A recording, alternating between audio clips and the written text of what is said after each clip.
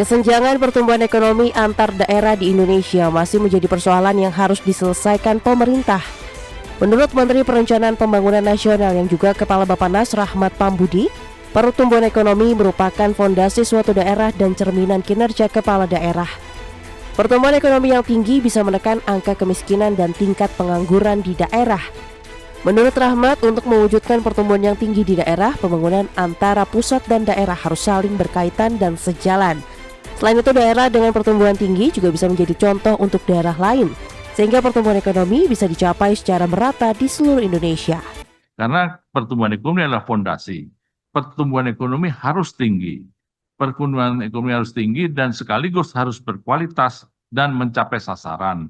Tadi juga disampaikan bahwa pertumbuhan ekonomi 1% berpengaruh banyak pada penciptaan lapangan kerja, penurunan jumlah orang miskin, dan juga bisa menimbulkan percepatan pembangunan lain, terutama untuk infrastruktur. Dan infrastruktur ini penting dalam rangka untuk peningkatan pembangunan nasional kita.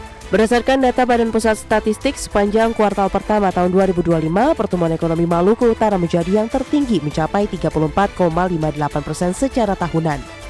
Disusul Papua Barat, Sulawesi Tengah, Gorontalo, dan Sulawesi Selatan.